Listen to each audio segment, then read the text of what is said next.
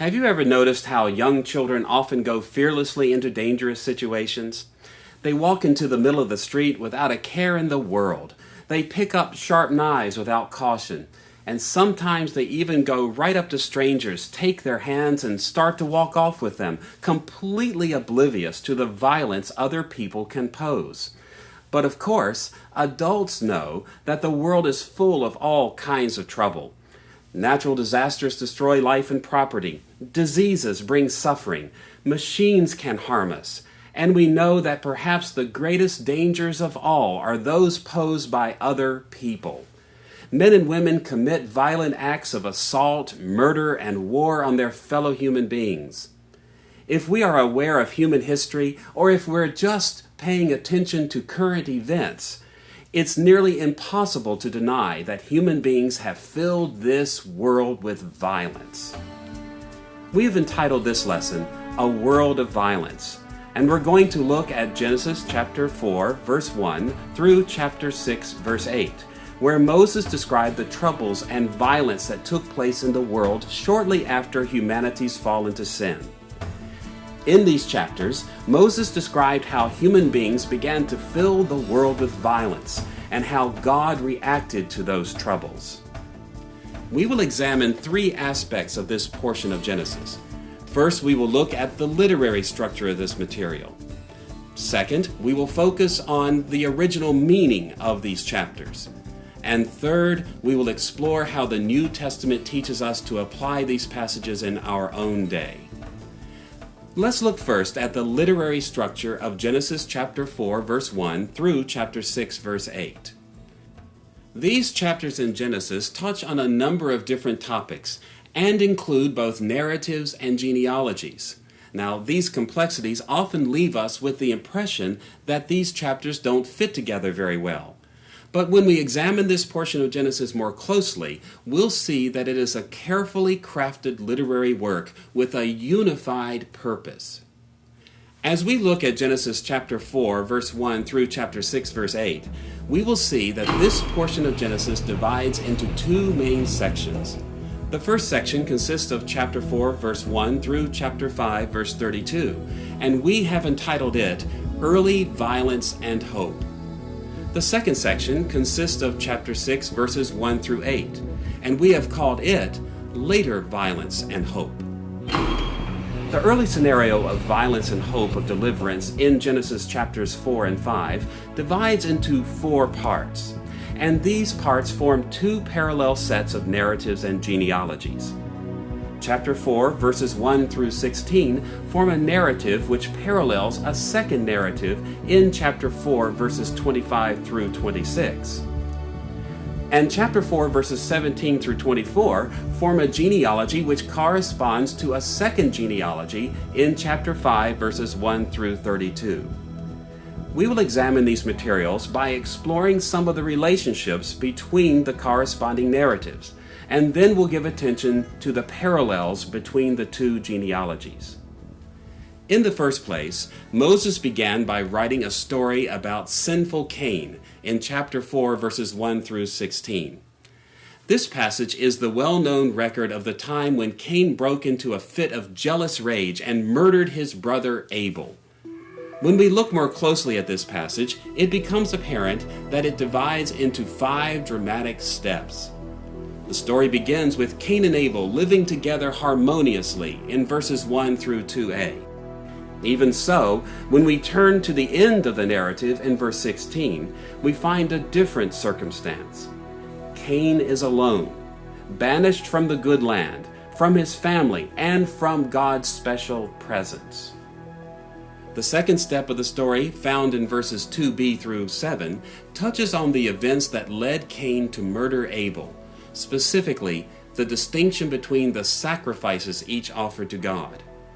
Put simply, God was pleased with Abel's sacrifice, but he rejected Cain's sacrifice. God also warned Cain about the power of sin seeking to master him, but Cain paid no attention. The third section of this narrative, verse 8, forms the turning point of this story. In this section, Cain murdered his brother Abel. Cain and Abel went away from the place of sacrifice into a field, And there, just as God had warned, sin mastered Cain and turned him into the first murderer in human history. The fourth section of this narrative appears in verses 9 through 15 and describes the curse and protection God gave to Cain. God placed a curse on Cain by banishing him to wander far from the land of Eden, but he also protected him from being attacked by other people. So we see that Genesis chapters 4 through 5 begin with the story of Cain's terrible sin. He was so corrupted by sin that he actually murdered his righteous brother Abel. And as a result, he was destined to live far from the place of God's blessing. Now that we have seen the structure of the opening narrative of Genesis 4 through 5, we should turn to the second narrative which appears in these chapters, the corresponding account in chapter 4, verses 25 and 26. This passage turns attention away from sinful Cain to Adam's third son, righteous Seth. The report of righteous Seth divides into 3 short steps. First, in chapter 4, verse 25, Eve gives birth to Seth. The second step in this report appears in 4:26a, where Moses noted that Seth also had a son, Enosh. Nothing much is made of this event, but Moses followed his report of Enosh's birth with a third step in 4:26b, where he added a telling comment on the spiritual character of this family. In 4:26b, Moses wrote these words, "At that time, men began to call on the name of the Lord." Put simply, Seth and Enosh were men who called out to God in prayer. In contrast with sinful Cain, these men were righteous before God, and they demonstrated this righteousness through faithful worship and prayer. With the basic contrast of these parallel narratives in mind, we should now turn to the parallel genealogies in chapters 4 and 5. The genealogies of Genesis 4 and 5 often seem to be little more than obscure records of biological descent, and for this reason, many interpreters overlook their importance. Yet a closer look at the genealogies reveals that they contain vital information that served Moses' purposes in writing this portion of his primeval history. On the one hand, the first genealogy records Cain's sinful lineage in chapter 4, verses 17 through 24. In these verses, Moses listed a number of Cain's descendants and reflected on how sin had turned this family into a proud, boastful, and threatening clan. The second genealogy consists of Seth's righteous lineage in chapter 5, verses 1 through 32. In this passage, Moses recorded a number of important names in Seth's family. Yet, in contrast with the line of Cain, this family continued to be righteous and faithful. One of the ways we can see this intention is to notice the way Moses included 2 names in both lists. Both Cain's genealogy and the lineage of Seth contain the names Enoch and Lamech, and Moses explicitly contrasted these men with each other. Consider first what Moses said about the 2 men named Enoch. On the one side, in Genesis chapter 4, verse 17, we read these words about Cain's descendant Enoch. Cain was then building a city, and he named it after his son Enoch. Cain and his son Enoch exalted themselves in great pride by naming the city after Enoch. We can see the significance of this comment when we notice what Moses wrote about the Enoch of Seth's line. In chapter 5, verse 24, Moses commented on Seth's Enoch in this way: Enoch walked with God. Then he was no more because God took him away. It would be hard to imagine a more striking contrast between 2 men than we find here between the sinful Enoch and the righteous Enoch.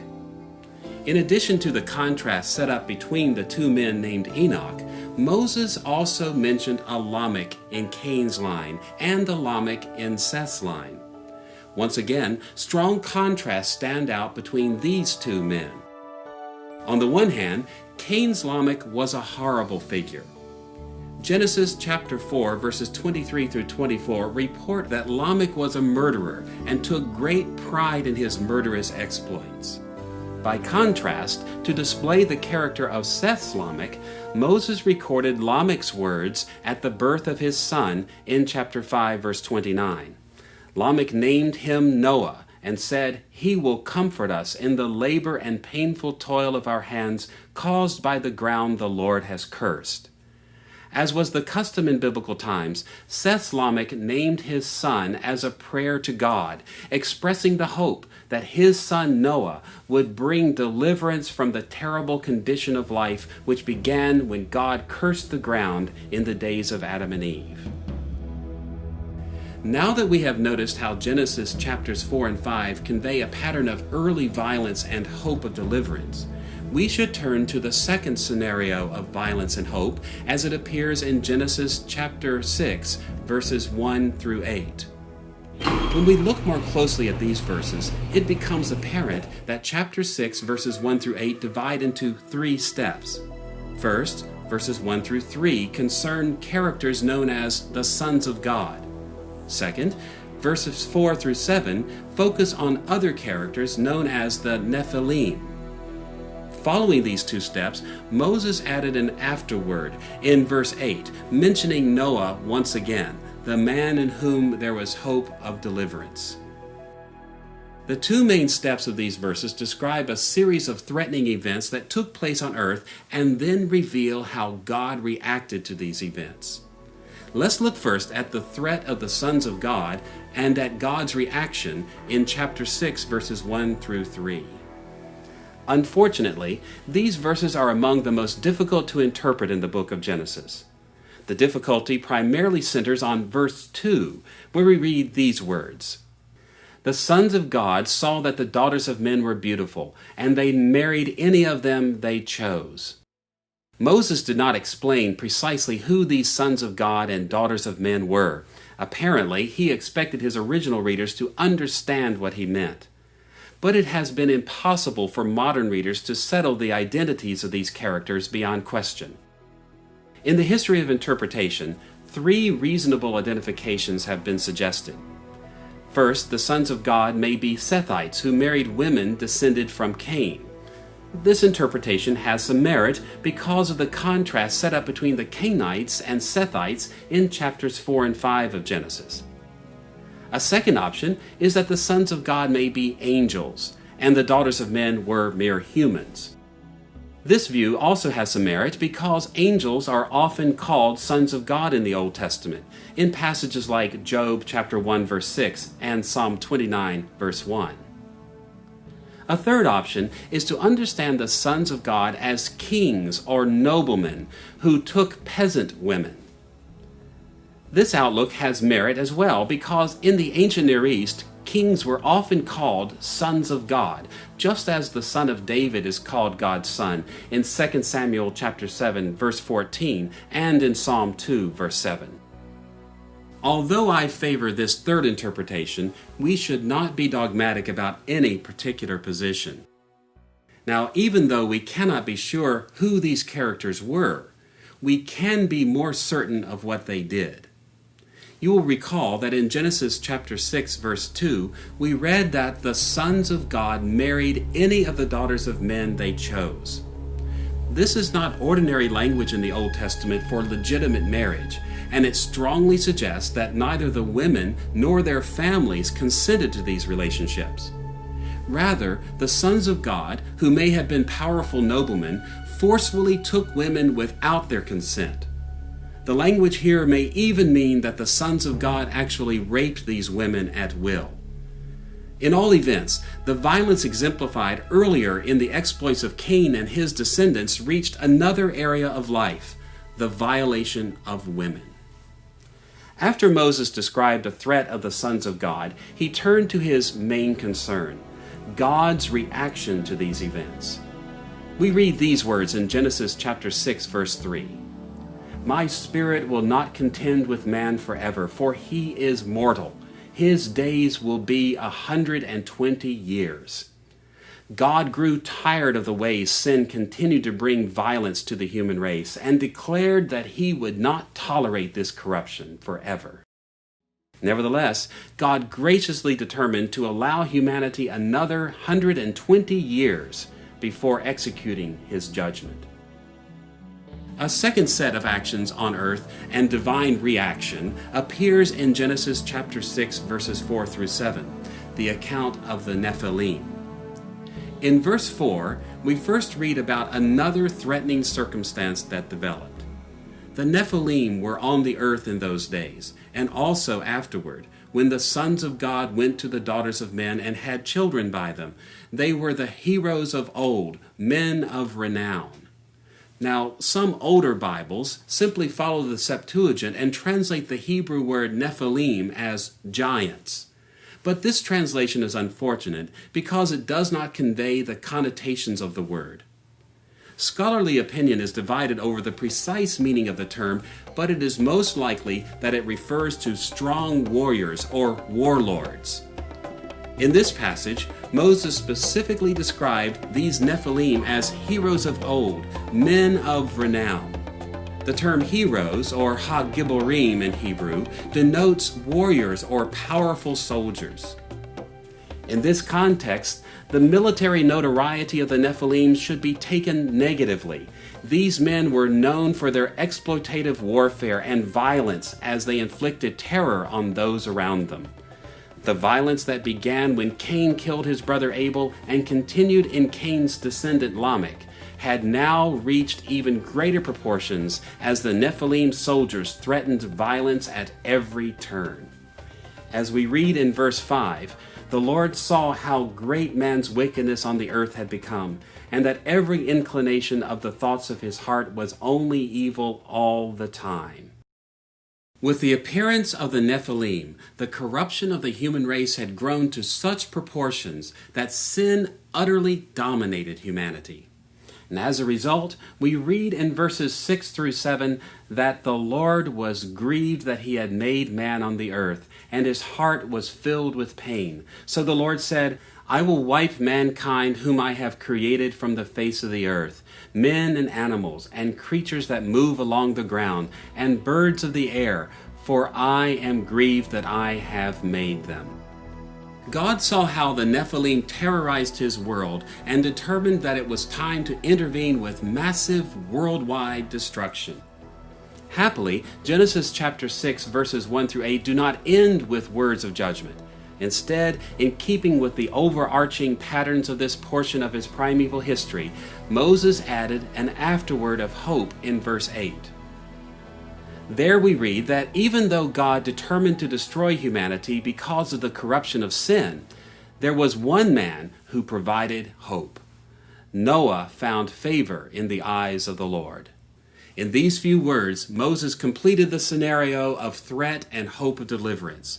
The destruction of violent, sinful humanity through the flood would actually result in a deliverance for future generations. From our explorations of the literary structures of Genesis chapter 4 verse 1 through chapter 6 verse 8, we see that these chapters in Genesis focus on two major issues. First, they focus on the threat of violence from those who rebelled against God in the days of Cain and his descendants. Second, they focus on the threat of sinful people in the days of the sons of God and the Nephilim. In both cases, however, Moses indicated that God would bring deliverance through the one special son of Seth, the man named Noah. Now that we have seen the basic structure and central concerns of this portion of Genesis, we are in a position to ask a second question. What was the original meaning of these chapters? What was Moses communicating to the Israelites as he led them from Egypt to the Promised Land? To grasp the original meaning of this portion of the primeval history, it will help to consider two matters. First, we will see how Moses connected this portion of his primeval history to Israel's experience.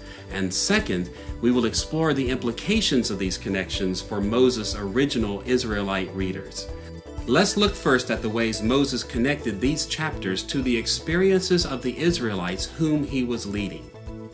Moses related these chapters of his primeval history to his contemporary world by describing the violence of early human history in ways that closely resembled the experiences of violence which Israel had endured.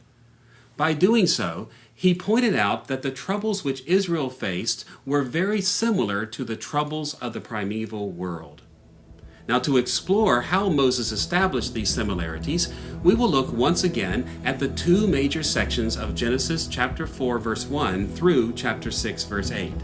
The first scenario of early violence and hope of deliverance in chapters 4 and 5, and the second scenario of later violence and hope of deliverance in chapter 6 verses 1 through 8.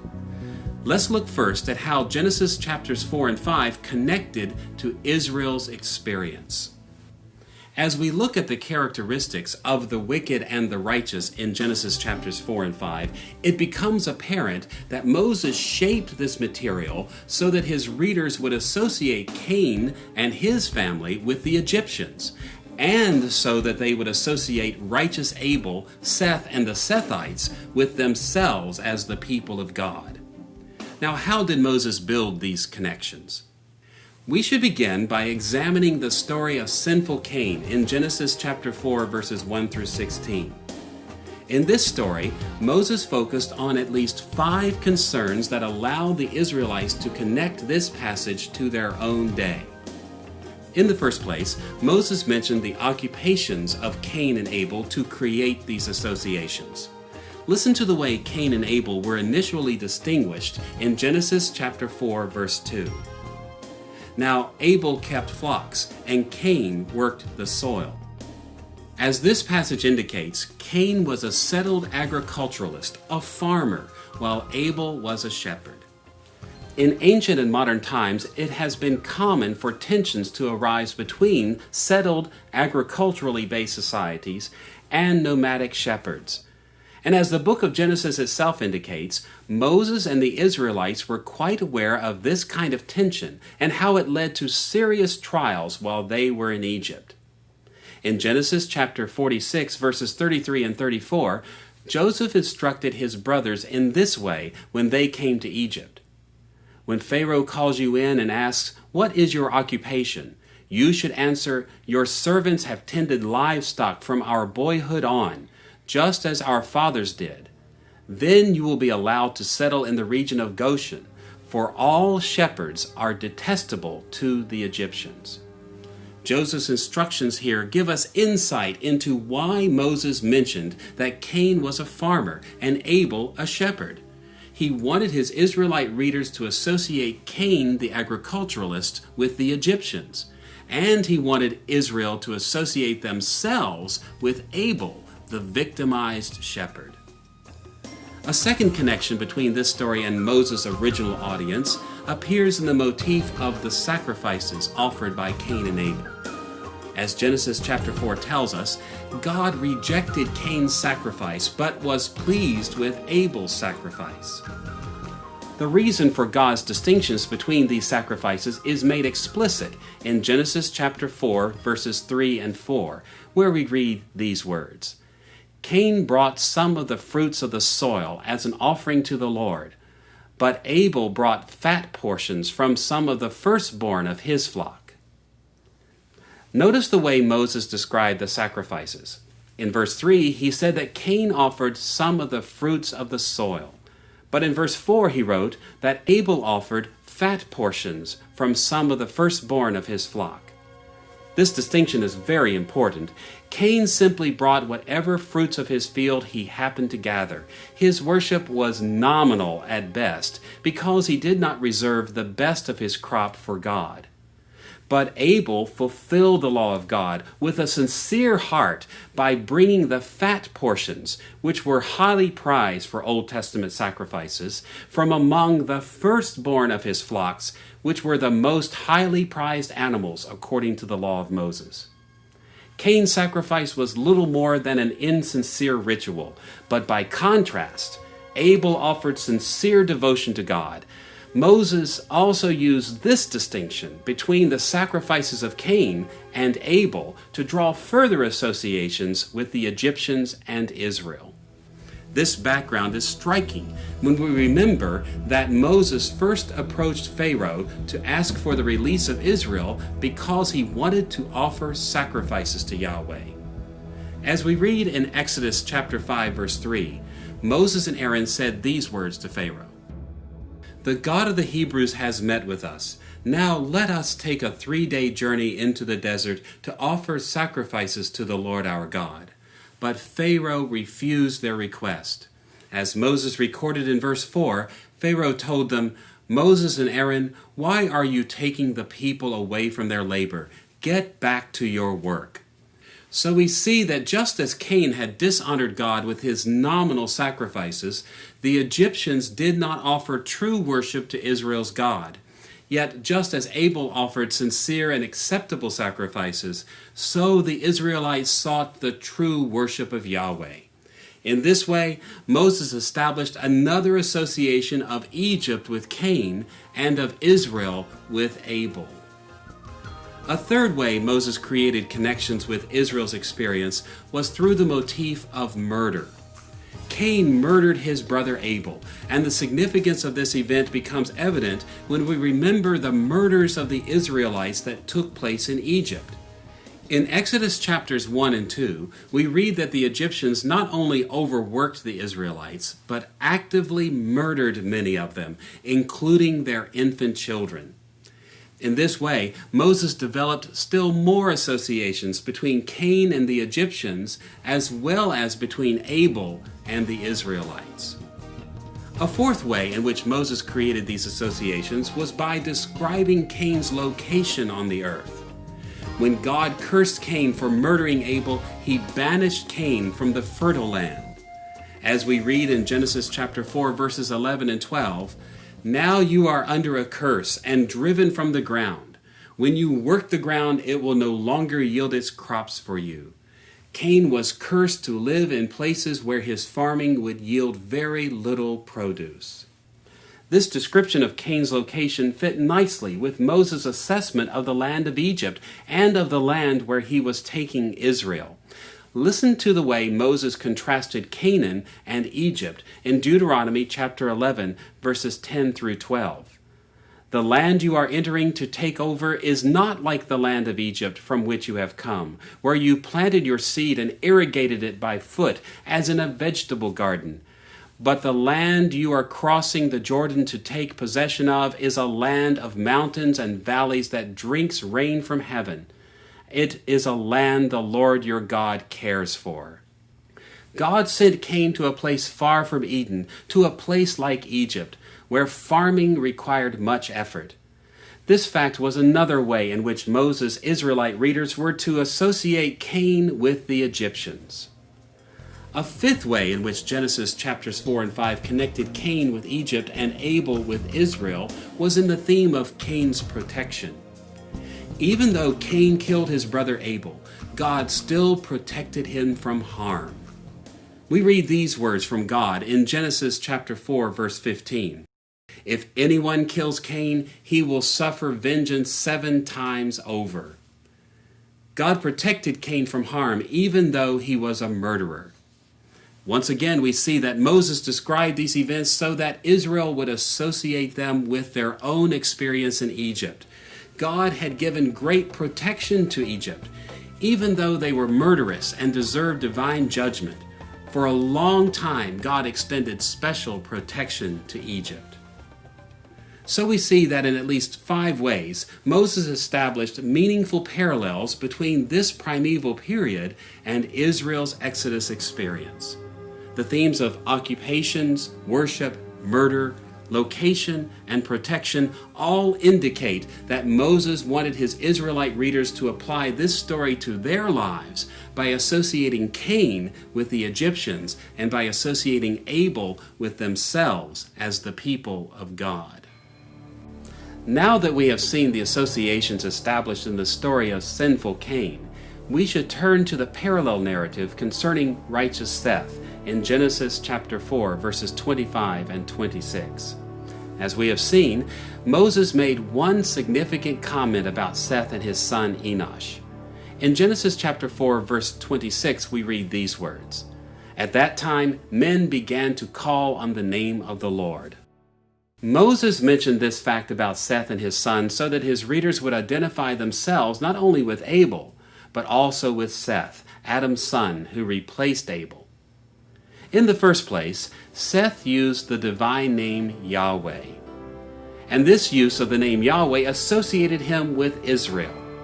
Interestingly enough, the book of Exodus makes it clear that the name Yahweh rose to prominence in the days of Moses.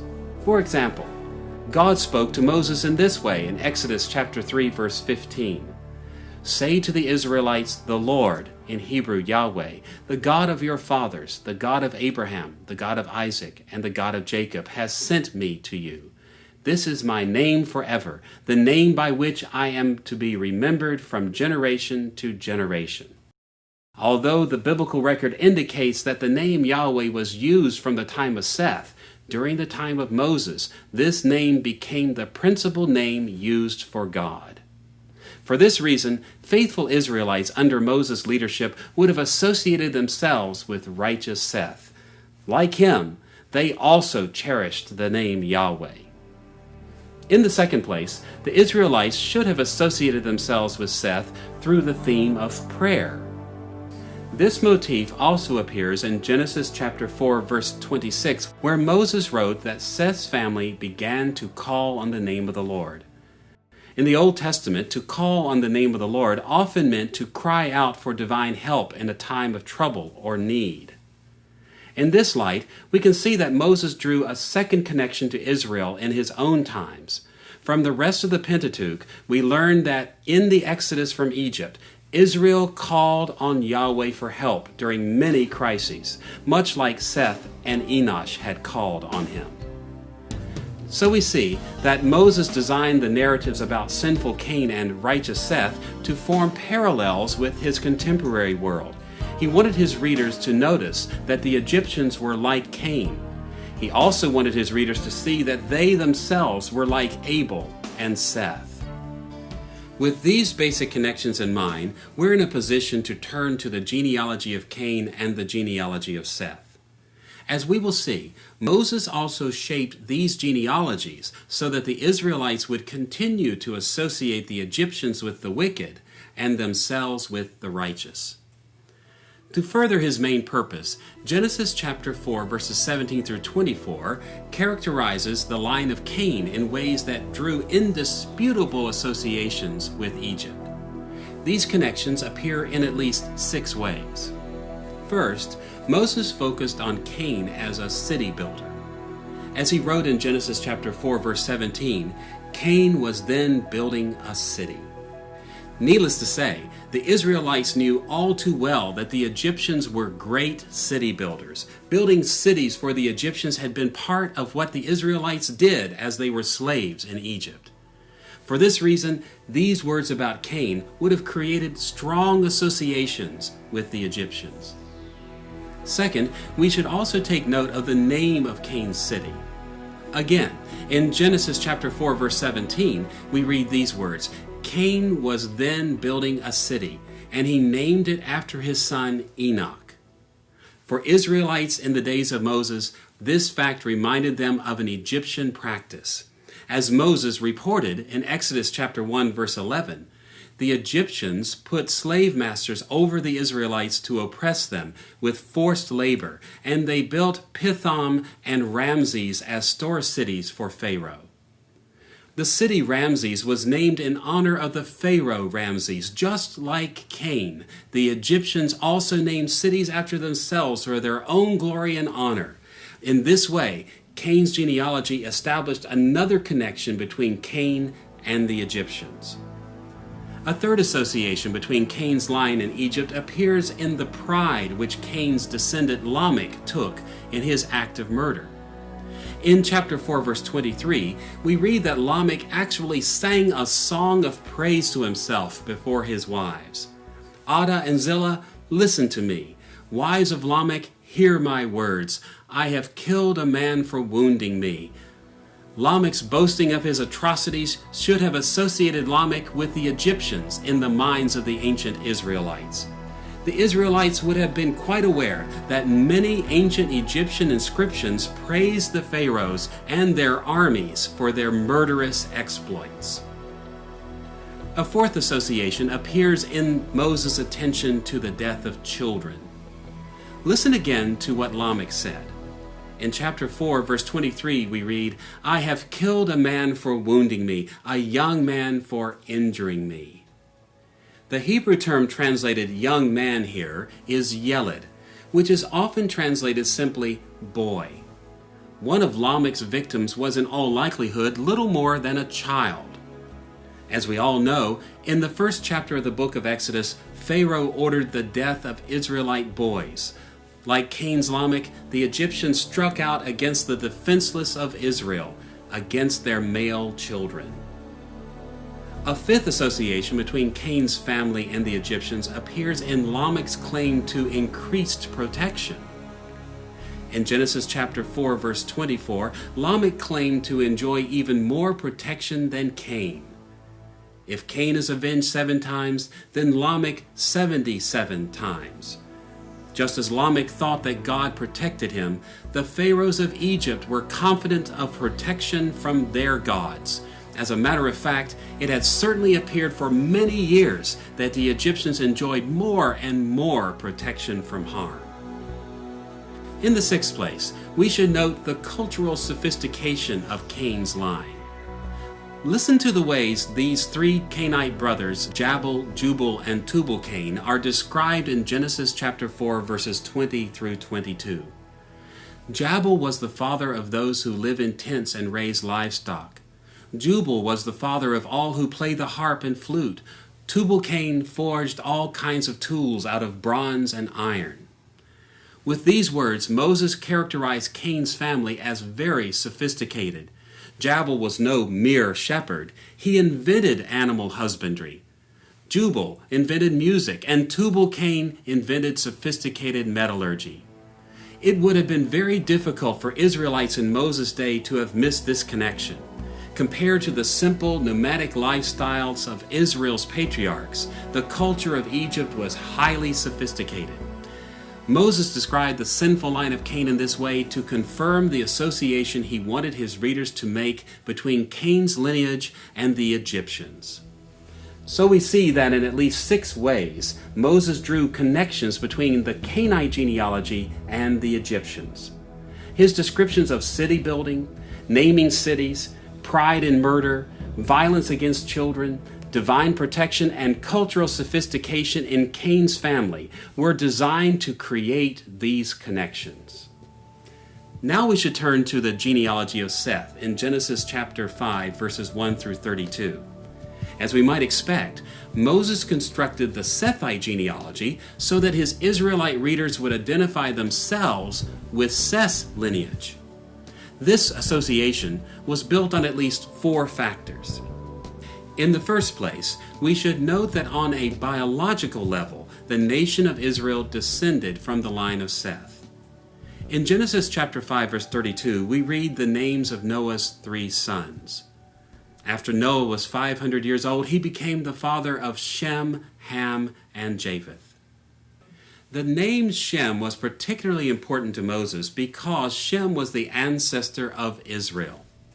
In modern languages, we derive the term Semitic or Semite from the name Shem. Although other nations also came from the seed of Shem, the Israelites were God's special chosen people, and they were from among the descendants of Shem.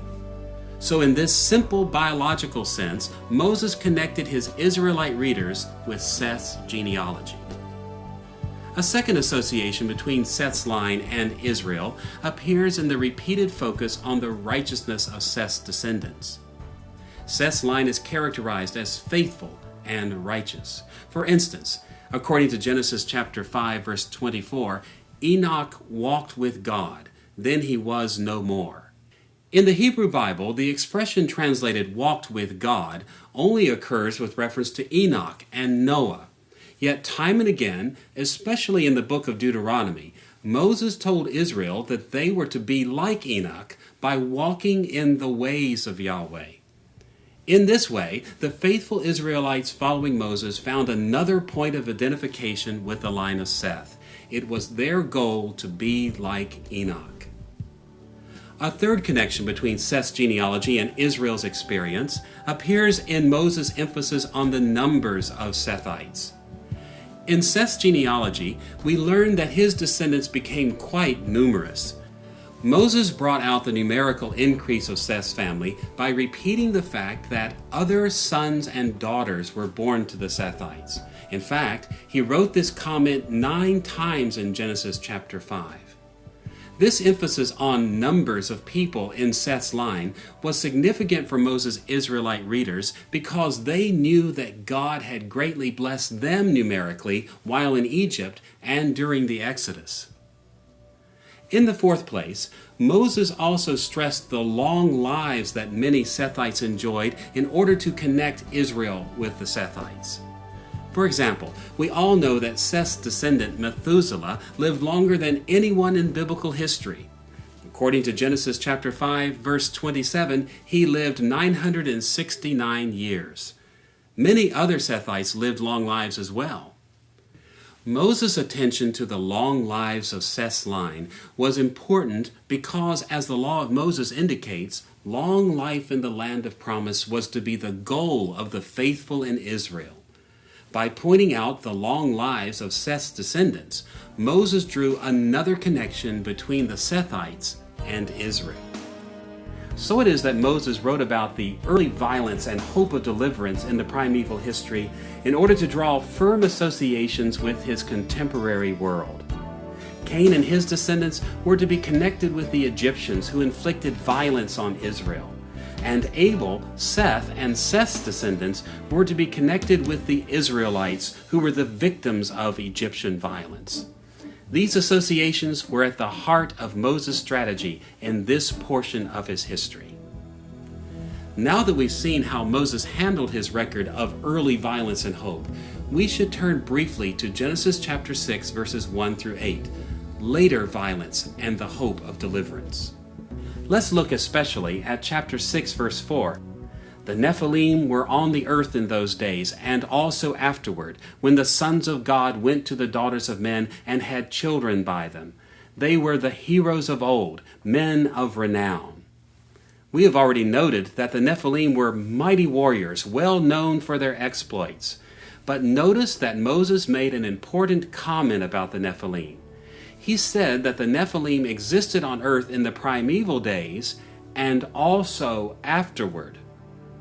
By adding this allusion to Nephilim warriors living after the flood, Moses reminded his Israelite readers that they had encountered Nephilim in their recent history.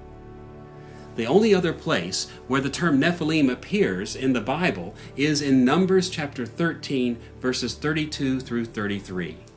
There, the spies Moses sent into Canaan reported seeing Nephilim. They said these words, "The land we explored devours those living in it. We saw the Nephilim there. We seemed like grasshoppers in our own eyes, and we looked the same to them." The unfaithful spies reported that the land of Canaan was a terribly violent and threatening place, and that among the inhabitants of Canaan were Nephilim, vicious warriors who struck fear into their hearts. Now, unfortunately, this report led the first generation following Moses to turn away from God's call to conquest. And God was so disturbed by this lack of faith that he sent the Israelites into the wilderness to wander aimlessly until the first generation had died off and a new generation was prepared to take up the cause of conquest. In this light, we can understand how Moses drew another strong connection between this portion of his primeval history and the experience of Israel. He wanted his Israelite readers to associate the primeval Nephilim of Genesis chapter 6 with the terrifying Nephilim warriors of Canaan. In this way, the violence and hope of deliverance in Genesis chapter 6 verses 1 through 8 spoke directly to the threat of violence in the conquest of Canaan. So far in our examination of the original meaning of Genesis chapter 4 verse 1 through chapter 6 verse 8, we have seen the primeval characters associated with people in Israel's contemporary experience. Now we should ask a second question. What were the implications of these associations for the people of Israel as they followed Moses toward the Promised Land? To understand the heart of Moses' message to Israel, we need to remember the basic scenario that appears twice in this material. You will recall that Genesis chapter 4 verse 1 through chapter 6 verse 8 contains two scenarios of violence and hope of deliverance. Chapter 4 verse 1 through chapter 5 verse 32 focused on the violence of Cain and his descendants. Yet, chapter 5 verses 29 and 32 mention Noah in order to indicate that deliverance would come through him. In much the same way, just as Genesis chapter 6 verses 1 through 8 report the violence of the sons of God and the Nephilim, Genesis chapter 6 verse 8 mentions Noah once again to indicate that God intended to deliver from these threats as well. For the Israelites following Moses, these scenarios should have been good news. They revealed what God had already done for them and what he was about to do for them. On the one hand, just as God had used Noah to deliver Israel's ancestors from the Canaanites, he had already used Moses to deliver the Israelites from the Egyptians. On the other hand, just as God had used Noah to bring deliverance from the primeval Nephilim, he was about to use Moses to deliver the Israelites as they faced the threat of Nephilim in the land of Canaan. Now that we've seen the structure and the original meaning of Genesis chapter 4 verse 1 through chapter 6 verse 8, we should turn to our final topic, modern application. How does the New Testament teach us to apply this portion of Moses' primeval history to our modern lives? In our usual fashion, we will explore how the New Testament elaborates on these themes in terms of the three stages of Christ's kingdom. First, the inauguration of the kingdom, which took place when Christ first came to this earth. Second, the continuation of the kingdom, which extends throughout the history of the church. And third, the consummation of the kingdom, when Christ returns in glory and brings the new heavens and new earth. These three phases of Christ's kingdom should be explored separately to reach a fuller understanding of the ways violence and deliverance apply to Christians today. Let's look first at the motifs of violence and hope of deliverance in the inauguration of the kingdom. The inauguration of the kingdom in Christ's first coming recalls the world of violence in the primeval history in at least two ways. First, we see connections with the violence Jesus suffered while on earth. And second, we find connections with the deliverance which Jesus brought to his people. Let's look first at the suffering Jesus experienced in his first coming. Anyone familiar with the life of Jesus knows that Jesus suffered persecution from the world in many ways. As he ministered to the downtrodden, he bore their grief and pain. Yet there can be no doubt that according to the New Testament, the climax of violence perpetrated against Christ was his death on the cross. By suffering one of the worst forms of execution known in his day, Jesus actually experienced a fate worse than that suffered by the righteous in primeval times. In this light, it's not surprising that one way the New Testament describes the suffering of Jesus is to compare his death on the cross to the violence of the primeval world, or to be more specific, to the death of Abel. The writer of Hebrews knew that Christ had suffered innocently at the hands of wicked men, and for this reason he compared Christ's death to Abel's death in chapter 12, verses 23 and 24 of his epistle. You have come to God, the judge of all men, to the spirits of righteous men made perfect, to Jesus, the mediator of a new covenant, and to the sprinkled blood that speaks a better word than the blood of Abel. The allusion here to Moses' primeval history is clear. Christ's shed blood spoke a better or greater word than the blood of Abel. That is to say, Christ's death was even more significant in the eyes of God than the death of Abel was. Jesus' death was no ordinary event. His death atoned for the sins of his people because he suffered in the place of everyone who believes in him. But beyond this, Christ's death stirred the just wrath of God more greatly than had the blood of Abel. In this light, when we read Moses' account of the violence of the primeval history, we should not simply take note of why Moses wrote these chapters for his original Israelite readers. From the New Testament perspective, we should also see that the violence inflicted on the righteous in the primeval history anticipated the suffering of Christ in the inauguration of the kingdom. Now that we've seen how the New Testament draws connections between the primeval world of violence and Christ's suffering, we should turn to a second way in which the inauguration of the kingdom touches this portion of Genesis. A significant link also occurs in the hope of deliverance Jesus brought to the world. Jesus spent most of his public ministry proclaiming a message of hope, the gospel, the message that one day the suffering of life would be over for those who followed him. Jesus' devotion to this gospel message appears throughout his teachings, but consider how prominent the message of deliverance appears in the Beatitudes, the opening statements of blessing in the Sermon on the Mount. As Jesus began this well-known sermon, he said these words in Matthew chapter 5, verses 10 through 12. "Blessed are those who are persecuted because of righteousness, for theirs is the kingdom of heaven. Blessed are you when people insult you, persecute you, and falsely say all kinds of evil against you because of me. Rejoice and be glad, because great is your reward in heaven." These Beatitudes reveal that one of the central concerns of Jesus' teaching ministry was to bring the hopeful message that God had not deserted his people. Jesus encouraged his followers to have hope that God would one day deliver them from all suffering. But Jesus did not simply teach the good news of hope for deliverance. Through his death and resurrection, he actually accomplished the deliverance which he announced. Because Jesus was the perfect Son of David, his death made atonement for the sins of God's people. His death paid the price for sin so that his followers would no longer have to fear the terror of death. As we read in Hebrews chapter 2, verses 14 and 15, Jesus died so that by his death he might destroy him who holds the power of death, that is, the devil, and free those who all their lives were held in slavery by their fear of death.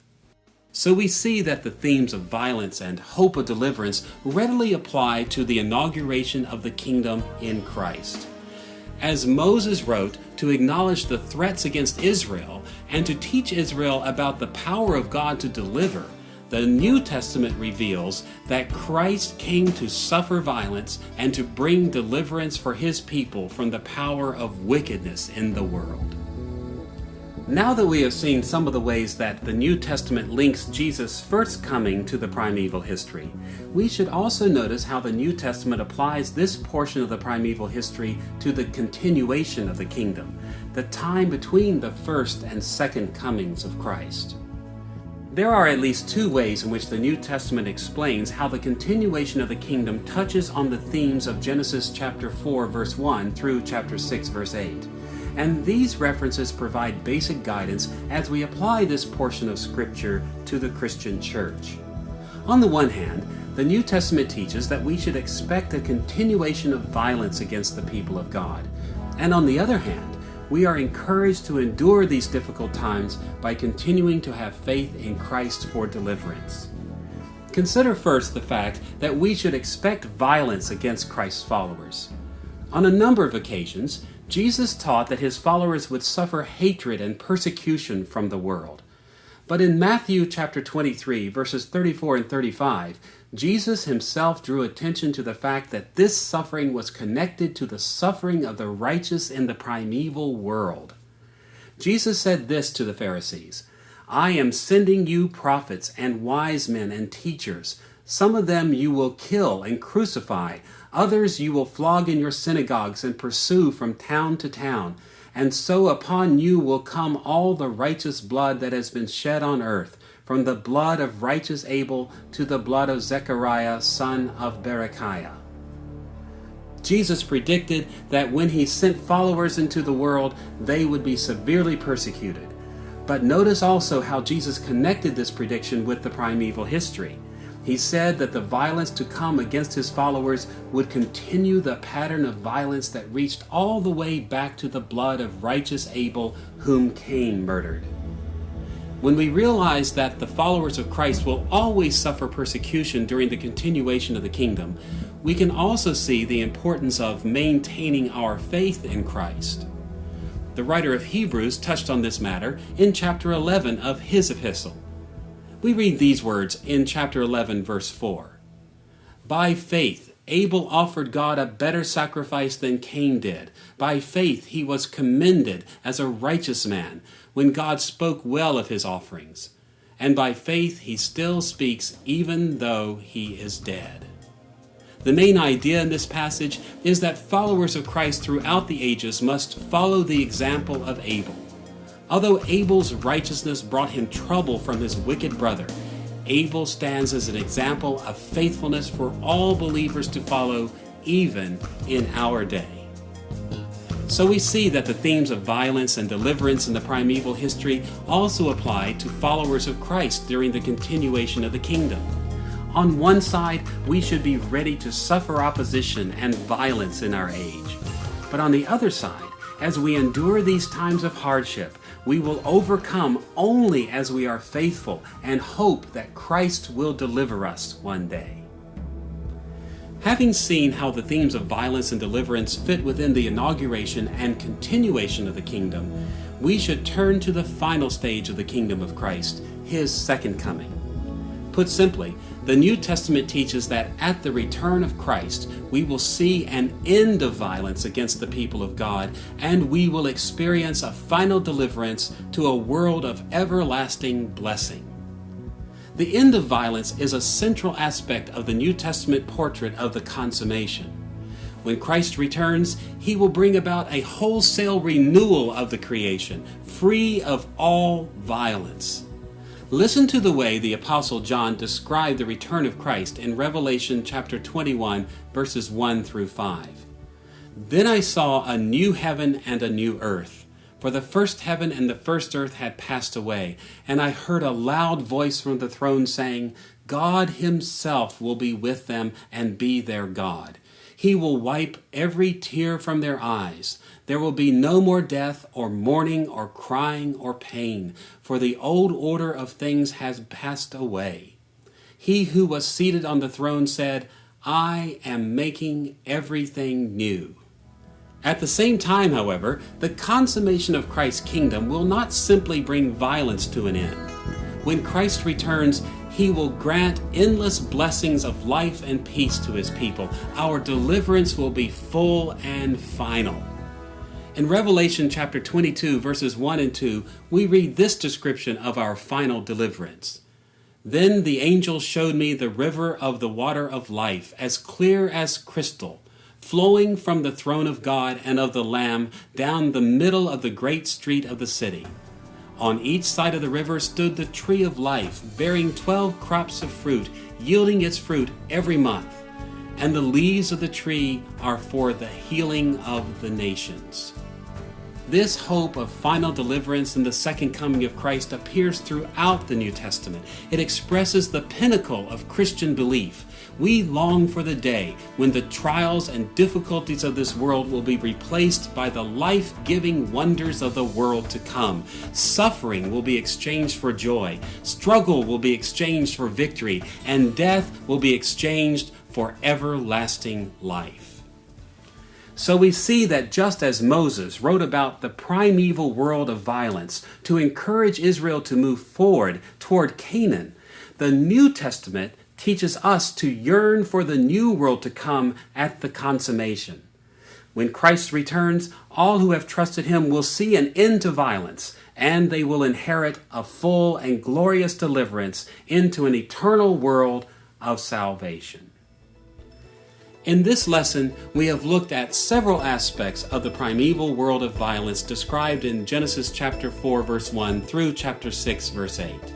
And we have noted the structure of this portion of Genesis. We have also seen how Moses originally wrote this material to encourage the Israelites who followed him toward Canaan. And we have also learned that as Christians, we must apply this portion of the primeval history to our New Testament faith. When we look at this portion of Genesis as Moses originally intended it for Israel, it becomes much more than a mere record of the past. Instead, we can see that as God delivered from violence in the primeval world, and as he later delivered Israel in Moses' day, we can increase our hope that Christ will one day deliver us from this world of violence as well.